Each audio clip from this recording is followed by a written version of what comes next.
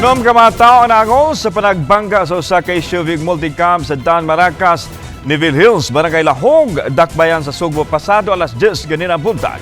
Giingong nakatagpilaw ang driver sa SUV nga misangpot ni hinuon sa pagbangga ni ini sa gikasugat nga multicab. Sa irantang detalye, pinaagi ni ining report.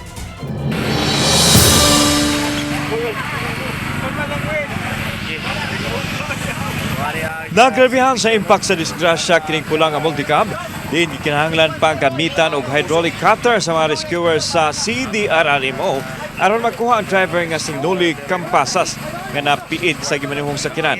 Samtang ang iyang asawang tupad sa front seat nga si Julie B. giingong nalagpot agi sa nabuak na windshield. Nadala sila sa tambalanan human magkaangkon og grabing angol sa kalawasan.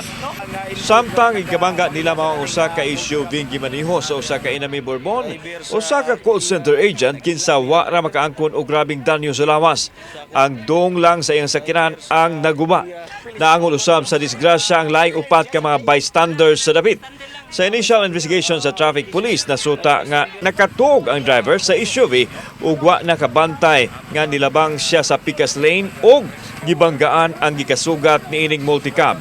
Gikan matud pa sa trabaho ang driver sa SUV. Base sa kung sang atong nga driver nga partigi o ano sigal.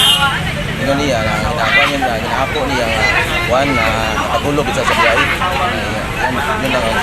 Yun lang ang nakuha natong detalye ngayon pero May pasalig matud pa ang SUV driver nga abagahon ang galastuhan sa tambalanan sa mga naangol sa aksidente. pero kung ang usang driver wala man takakuha iring detalye kay dala man to sa kuan grabe man tong iya tama dala ba dito sa kuan sa ospital.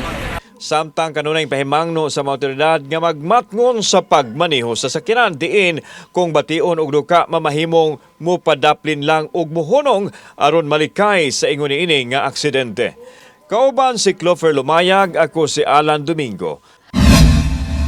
Balitang Bisdak.